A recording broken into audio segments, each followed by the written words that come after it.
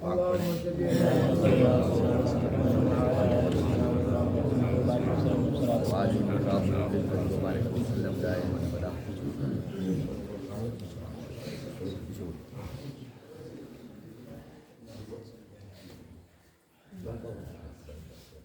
تعریفوں اللہ تبارک و تعالیٰ کو کہ جس نے ہمیں پیدا کیا، پیدا کرنے کے بعد میں وہ ہمیں رات میں سلاتا ہے اور صبح میں اٹھاتا ہے۔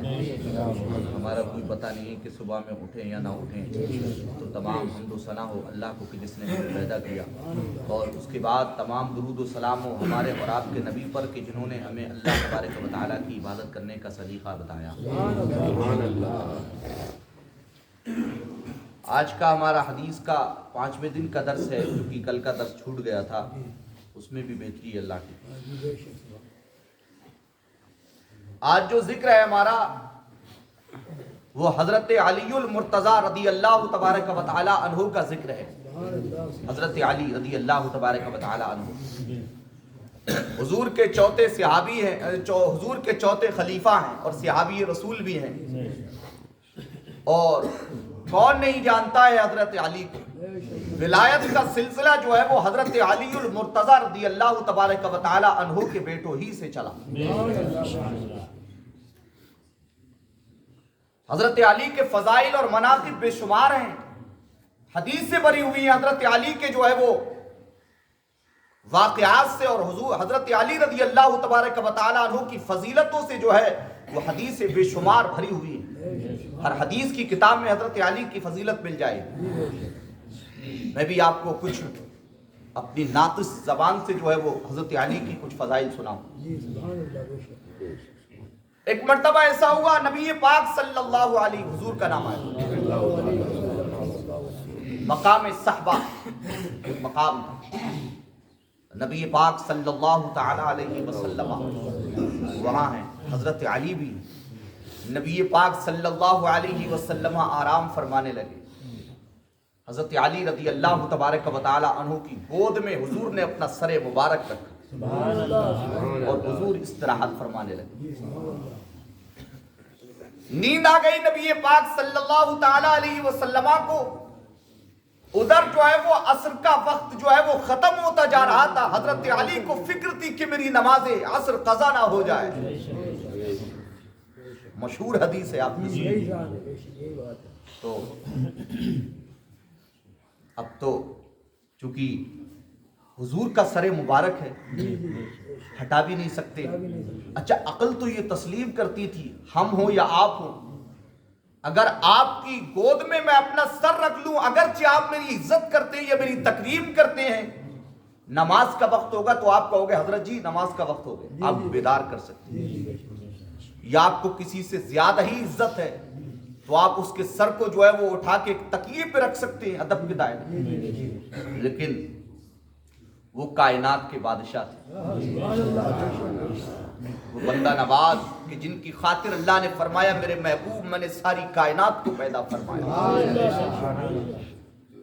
حضرت علی سر ہٹائیں، ان کے اندر یہ طاقت نہیں ہے، اتنی ہمت نہیں ہے کہ نبی پاک وہ جو ہے وہ کونین کے مالک ہیں، لیکن حضرت علی نے جو ہے وہ حضور کے سر کو اپنے جو ہے وہ گود سے اٹھایا نہیں، بلکہ حضرت علی رضی اللہ تبارک و تعالی عنہ دیکھتے جا رہے ہیں کہ سورج کی ٹکیا جو ہے وہ غروب ہوتی جا رہی ہے، یہاں تک کہ آپ کی مبارک آنکھوں سے جو ہے وہ آنسو کے قطرے حضور کے رخسار نور پر گر گئے۔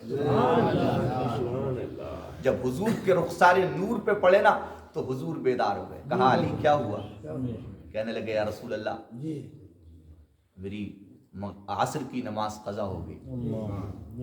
جب یہ کہا نا علی نے تو حضور نے دست نور دراز فرمایا اللہم ان عبدک علیہ کان فی طاعتک و طاعت نبیک صلی اللہ علیہ وسلم فرضہ علیہ الشمس۔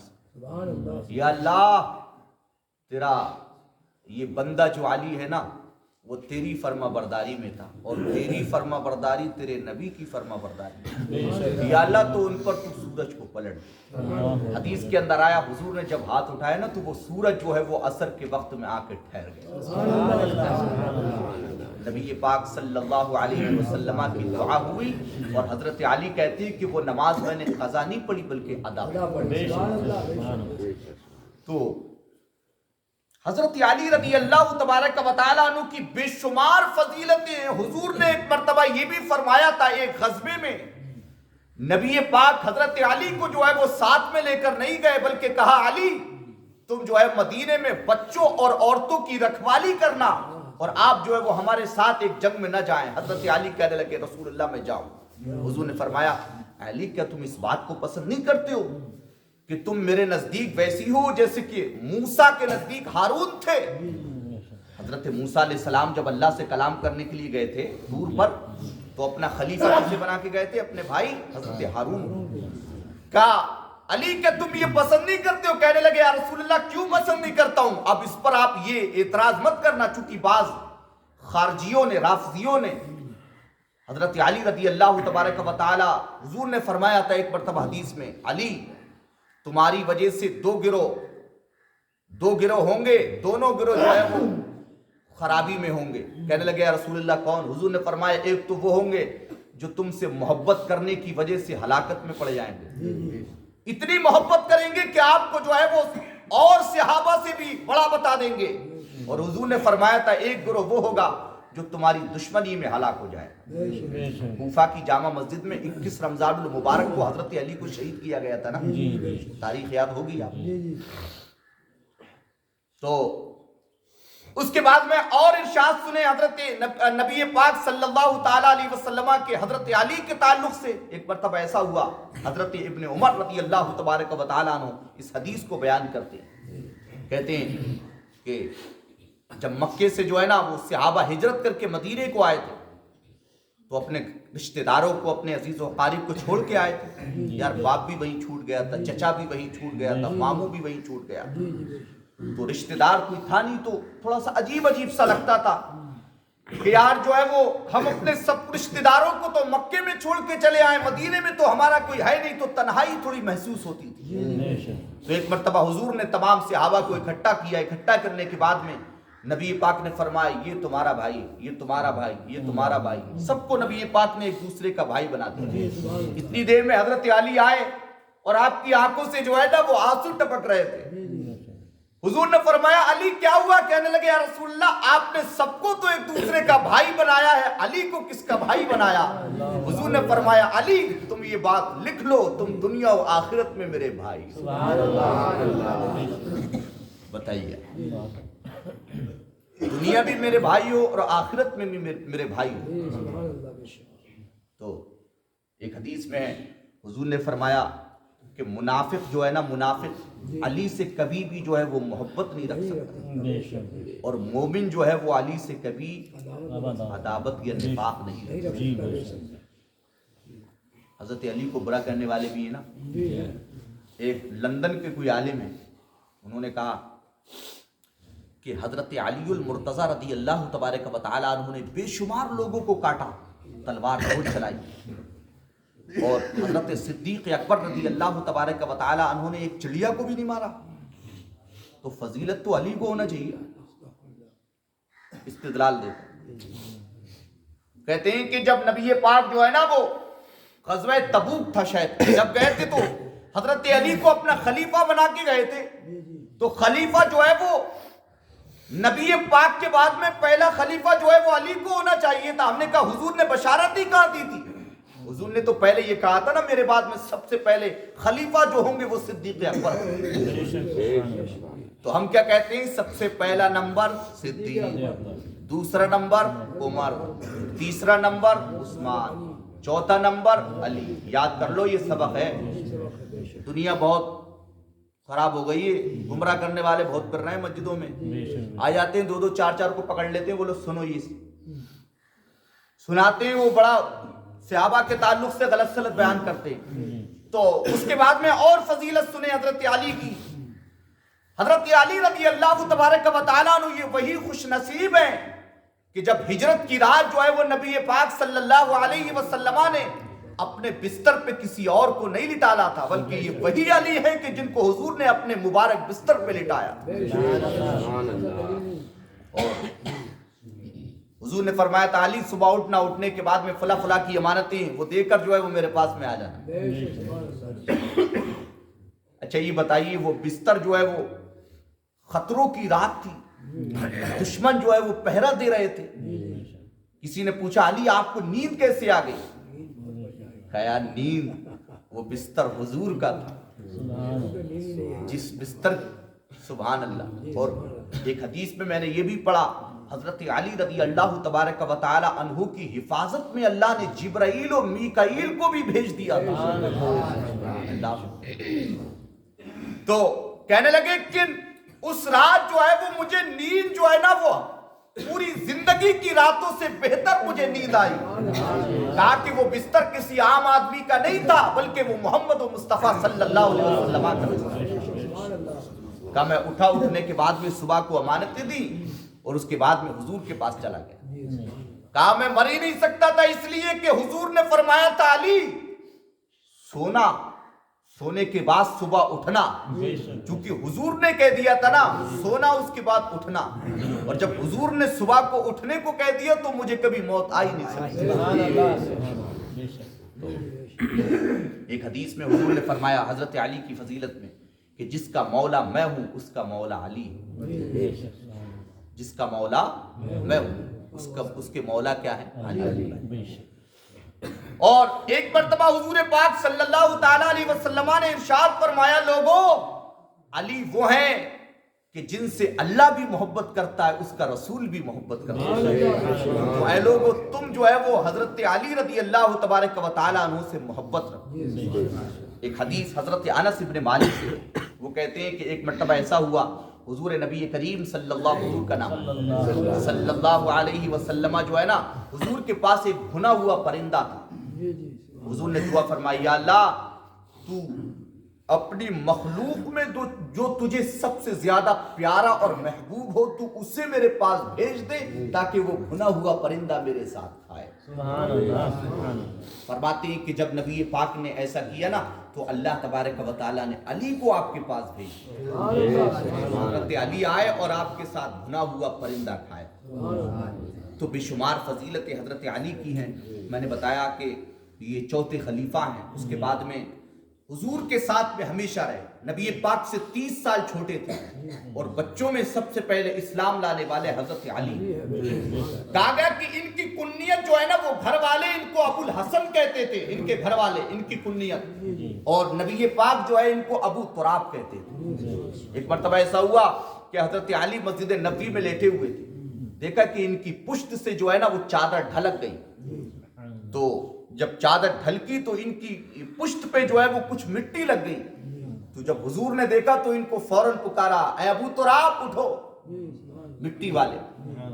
کہتے ہیں کہ میں اٹھا، اس کے بعد میں حضرت علی رضی اللہ تبارک و تعالیٰ عنہ کی بے شمار فضیلتیں ہیں، اور ان کے بیٹے حضرت امام حسن و حسین وہ بھی شہید ہوئے، حضرت امام حسین بھی شہید ہوئے، حضرت امام حسن کو زہر دیا گیا۔ یعنی اسلام کی تاریخ پڑھو، حضرت امام اعظم کو جو ہے وہ جیل میں بند کیا گیا، حضرت امام حنبل کو جو ہے وہ آپ نے سنا ہے کتنے کوڑے لگائے گئے، امام مالک رضی اللہ تبارک و تعالیٰ عنہ یہ امام حنبل ہے، اور مجدد الفسانی جو سرہندی ہے ہندوستان ہی میں ہے ان کو جو ہے وہ قلعہ بند کیا گیا تھا۔ اسلام ہم تک ایسے آیا۔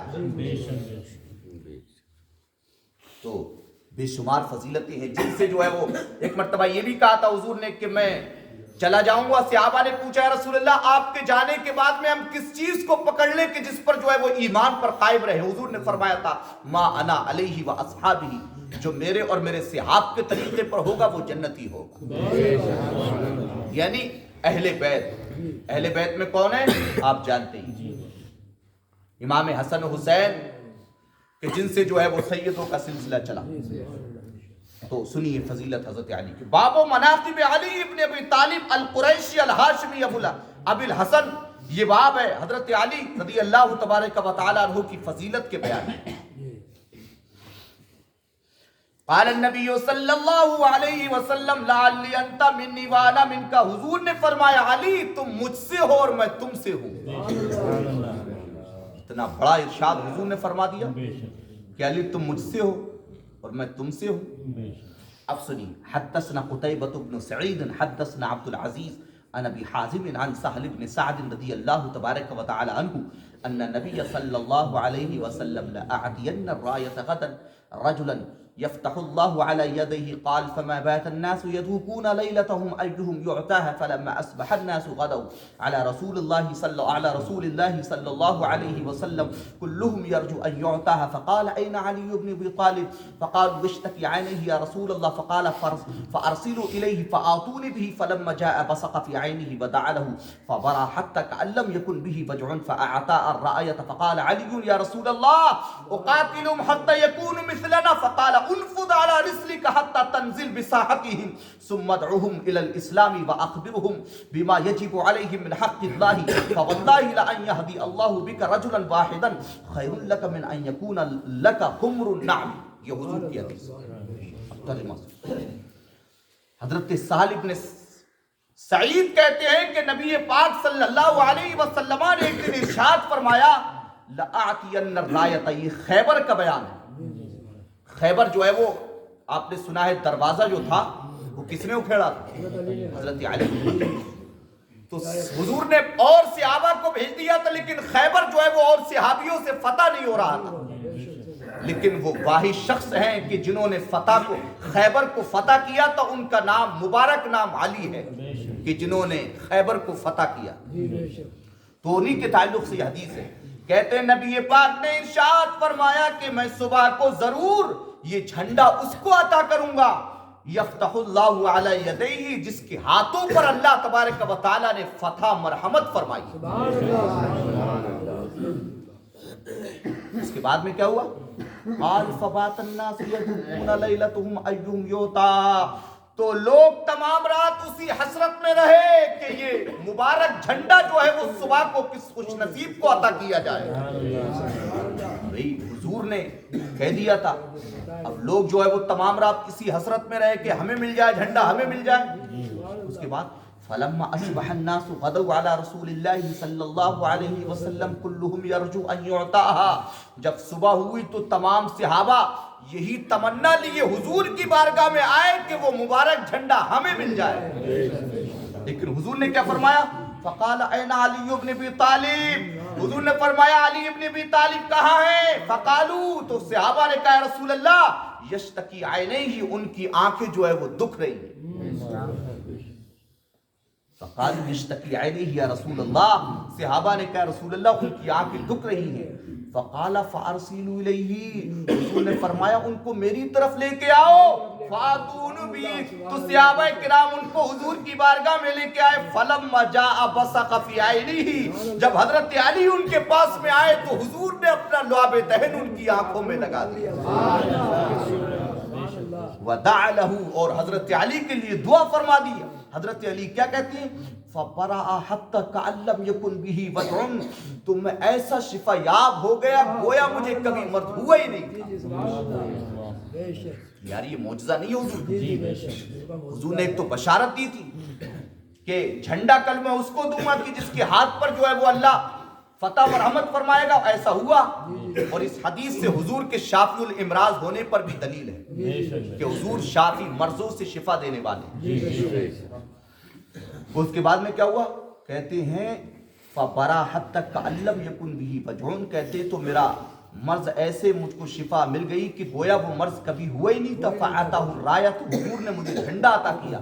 فقال علی یا رسول اللہ. تو حضرت علی کہنے لگے یا رسول اللہ اقاتلهم حتى يكونوا مثلنا. یا رسول اللہ میں ان سے لڑتا رہوں یہاں تک کہ وہ مسلمان نہ ہو جائیں. یہ پوچھا آپ فرمایا فقال انفذ على رسلك. حضور نے فرمایا خاموشی سے جاؤ حتى تنزل بساحتهم. جب تم ان کے میدان میں اتر جاؤ نا ثم ادعوهم الى الاسلام. تو پہلے جو ہے انہیں اسلام کی طرف بلانا. اور وہ کہہ رہا ہے ظالم کہ جو ہے وہ علی جو ہے علی نے بڑے قتال کیے تو علی جو ہے وہ صدیق سے بڑے ہوئے. ہم کہہ رہے ہیں کہ حضور نے پہلے فرمایا پہلے انہیں اسلام کی طرف بلانا. اور صدیق اکبر کی محبت سے بے شمار لوگ ایمان میں شامل ہوئے. بھئی عثمان ابن عفان لے لو, کتنے صحابیوں کے نام آپ کو مل جائیں گے کہ حضرت صدیق کی محبت اور ان کے اخلاق کی وجہ سے اسلام میں شامل ہوئے. تو حضور نے پہلے یہ کہا نا، پہلے انہیں اسلام کی دعوت دینا، اس کے بعد اگر نہ مانے تب حضور نے کیا فرمایا سنیے. فرمایا ثم ادعوہم الی الاسلام، فرمایا کہ جب تم ان کے میدانوں میں داخل ہو جاؤ یا اترو تو پہلے جو ہے انہیں اسلام کی دعوت دینا. وَأَخْبِرْهُمْ بِمَا يَجِبُ عَلَيْهِمْ مِنْ حَقِّ اللَّهِ، اور جو ان پر واجب ہے یعنی اللہ کا حق پہلے انہیں بتانا.